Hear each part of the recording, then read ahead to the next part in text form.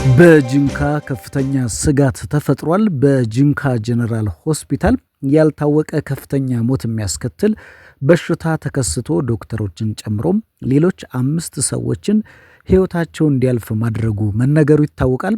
እንደው ይሄ በሽታ ምንድነው? መንስኤውስ በምን ይከሰታል?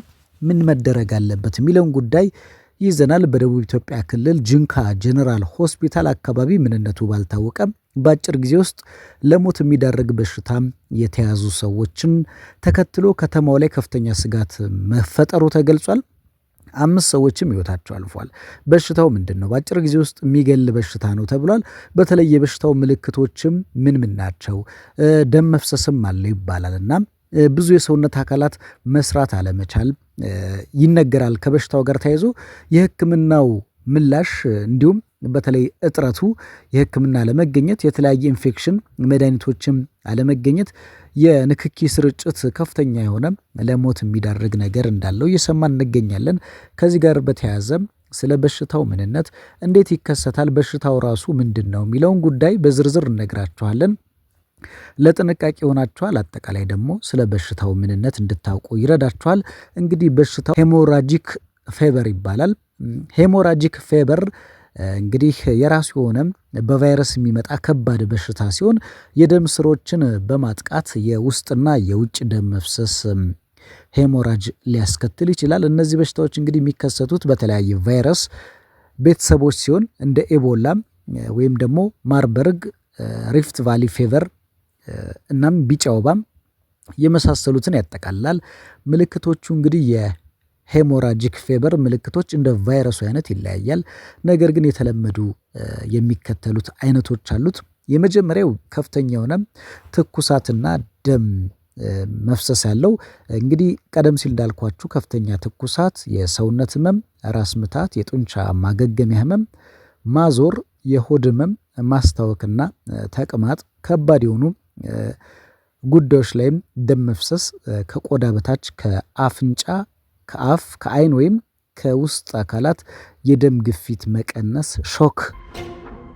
መንስኤዎችና ስርጭት የሄሞራጂክ ፌቨር ቫይረሶች በተፈጥሯቸው እንግዲህ በእንስሳት እንደ አይጥ፣ የፍራፍሬ የሌሊት ወፍ ወይም በነፍሳት እንደ ትንሽ እናም ምስጥ መዥገር አማካኝነት ይተላለፋል። እንግዲህ ሰዎች በአጋጣሚ አስተናጋጅ ይሆናሉ። ይህም በሽታ ከእንስሳት ወደ ሰው ከተበከሉ አይጦች ሽንት፣ ሰገራ ወይም ምራቅ በመገናኘት ወይም ደግሞ የታመሙ እንስሳት በማረድ ወይም ደግሞ ስጋቸውን በመመገብ ሊተላለፍ ይችላል። በነፍሳት ንክሻ እንደ ቢጫ ወባም፣ ሪፍት ቫሊ ፌቨር ያሉ አንዳንድ በሽታዎች በትንሽ ንክሻ ይተላለፋሉ።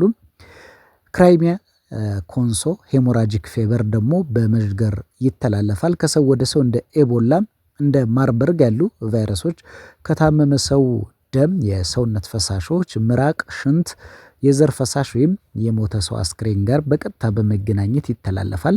ሕክምናና መከላከያ ሕክምናው በአብዛኛው ምልክቶች ማስታገስና በሽታውን ደጋፊ እንክብካቤ ማድረግ፣ ለምሳሌ ፈሳሽ መስጠትን ያካትታል።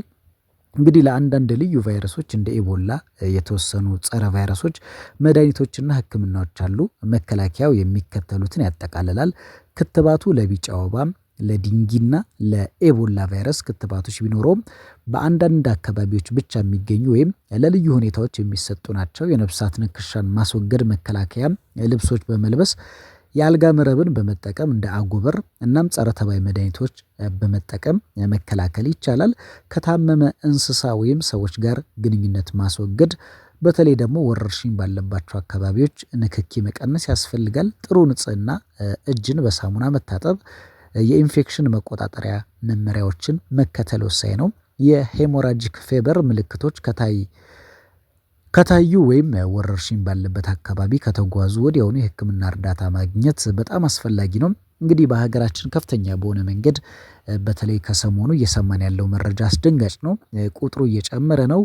በርካታ በጂንካ ሆስፒታል የሚገኙ ህሙማንና የሕክምና ባለሙያዎች ከፍተኛ ፍርሃት ተፈጥሯል። ከተማይቱ በአጠቃላይ ባለፈው ሳምንት በበሽታው እንግዲህ የተያዙ ሰዎችን ሲያክሙ የነበረ አንድ ዶክተር ትላንትና በስቲያ ሰኞ ዕለት ሕይወቱ ማለፉም ምሽት ላይም አንድ ነርስ በዚሁ ምክንያት ማለፏን ባለሙያዎች በከፍተኛ ስጋት ውስጥ እንደሚገኙ በጂንካ ጀነራል ሪፈራል ሆስፒታል የውስጥ ደዌ ስፔሻሊስት የሆኑት ዶክተር አዛዥ ዳቲኮ በሰጡት አስተያየት ሁኔታው በጂንካ ከፍተኛ ሞት ያለው 100% ያልተገለጸ በሽታ በማለት ጠርተውታል።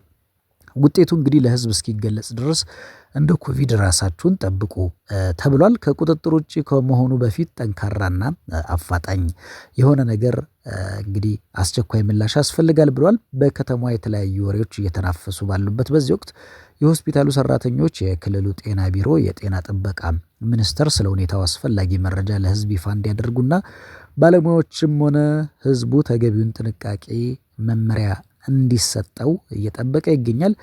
እንግዲህ በክልሉ እየተሰሙ ያሉ መረጃዎች አስደንጋጭ ናቸው።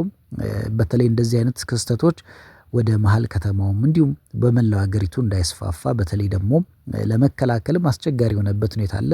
አሁን ላይ የሰዎች ህልፈት፣ አንዳንድ ችግሮች የተሰሙ ነው። ሆስፒታል ውስጥ የሚሰሩ የህክምና ባለሙያዎች ጭምር በዚህ በሽታም ከፍተኛ አደጋ እየደረሰባቸው ነው። በሽታው በጣም አስደንጋጭ ነው። ከቁጥጥር ውጪ ከሆነ በኋላ ደግሞ በቀላሉ ለሞት የሚዳርግና እስካሁንም ጉዳዩ ከፍተኛ ስጋት የፈጠረ ነው። በጂንካ ሆስፒታል ያልታወቀ ከፍተኛ ሞት የሚያስከትል በሽታ መከሰቱን ዶክተሮችን ጨምሮ ሌሎች 5 ሰዎች ህይወታቸው እንዲያልፍ ማድረጉን በደቡብ ኢትዮጵያ ክልል ጂንካ ጀነራል ሆስፒታል እንግዲህ ምንነቱ ባልታወቀ በአጭር ጊዜ ውስጥ ለሞት የሚዳርግ በሽታ የተያዙ ሰዎች ይህንን ተከትሎ በከተማው ከፍተኛ ስጋት መከሰቱም ሲገለጽ ቆይቷል። ከሆስፒታሉ የደረሰው የውስጥ መረጃ እንደሚያሳየው ከሆነ እስካሁን በዚህ በሽታ ምክንያት 5 ሰዎች ህይወታቸው አልፏል። በተጨማሪም ትላንትና ምሽት ተጨማሪ 2 ሰዎች ሞተዋል። ከነዚህ ውስጥ አንዱ የሆስፒታሉ ነርስ ነው። የሆስፒታሉ ባለሙያዎች እንደገለጹት በሽታው በአጭር ጊዜ ውስጥ ማለትም በ3 እና በ5 ቀናት ውስጥ ለሞት ይዳርጋል። የበሽታው ምልክቶች መጀመሪያ ላይ ትኩሳት ወይም ኤፍአይ ተመሳሳይ ምልክቶች ያሳያል። ከዚያም ደግሞ ከፍተኛ የደም መፍሰስ ብለዲንግ እና የብዙ ሰው የሰውነት አካላት በዚህ በሽታ የተያዙ ሰዎች መስራት አይችልም። ሌላ ደረጃ ይቀየራል። የህክምና ምላሽ ደግሞ እጥረት እንዳለ በሽታው እንደ ሌሎች በሽታዎች ኢንፌክሽኖች በሚሰጡ መድኃኒቶች ምንም አይነት ምላሽ አለመስጠቱም የችግሩ አሳሳቢነት ያሳያል። የንክኪ ጉዳይም በጣም አስቸጋሪ ነው። የሞቱ ሰዎች በሙሉ መጀመሪያ ላይ ከሞተው ታማሚ ጋር ቀጥተኛ ንክኪ የነበራቸው መሆኑ በሁሉም ላይ ተመሳሳይ ምልክቶች መታየታቸው በሽታው የመተላለፍ አቅም ያለው መሆኑን ያመለክታል። በሽታው እንግዲህ ያጠቃቸው ሰዎች ቁጥር እየጨመረ መምጣቱና የሆስፒታሉ ባለሙያዎች ራሳቸው ለሞት መዳረጋቸው በጂንካ ከተማ ላይ ከፍተኛ ፍርሃት ፈጥሯል። ባለፈው ሳምንት በሽታውን ሲያክም የነበረ አንድ ዶክተር ትላንትና በስቲያ ሰኞ ዕለት ህይወቱ አልፏል። በተለይ አንድ ነርስ በዚሁ ምክንያት መሞቷ ተገልጿል። በተለያየ የህክምና ባለሙያዎች ላይ ስጋትን ፈጥሯል። በጂንካ ሪፈራል ሆስፒታል የውስጥ ደዌ ስፔሻሊስት እንደገለጹት ከሆነ በጂንካ ከፍተኛ ሞት ያለው 100% ያልተገለጸ በማለት የገለጹት ወይም ያልታወቀ በማለት የገለጹት ውጤቱ ለህዝብ እስኪገለጽ ድረስ እንደ ኮቪድ አይነት ተመሳሳይነት ያለው ወይም አጣዳፊ የሆነ ስለሆነ ከቁጥጥር ውጪ ከመሆኑ በፊት አስቸኳይና ጠንካራ የሆነ አገር አቀፍ ምላሽ ያስፈልጋል ብለዋል። የከተማዋ የተለያዩ ወሬዎች እየተናፈሱ ባሉበት በዚህ ወቅት የሆስፒታሉ ሰራተኞች፣ የክልሉ ጤና ቢሮ፣ የጤና ጥበቃ ሚኒስቴር ስለ ሁኔታው አስፈላጊ መረጃ ለህዝብ ይፋ ያደርጋሉ ተብሎ ይጠበቃል። ጤና ሚኒስቴር ማምሻውን እንግዲህ የተከሰተውን ነገር በማስመልከት መረጃ አስተላልፏል። ጉዳዩን በዝርዝር እንመለስበታለን። ለጊዜው ለጥንቃቄም ለመረጃም ይህንን ወደ እናንተ ዜና ፕላስ ይህን ይመስላል።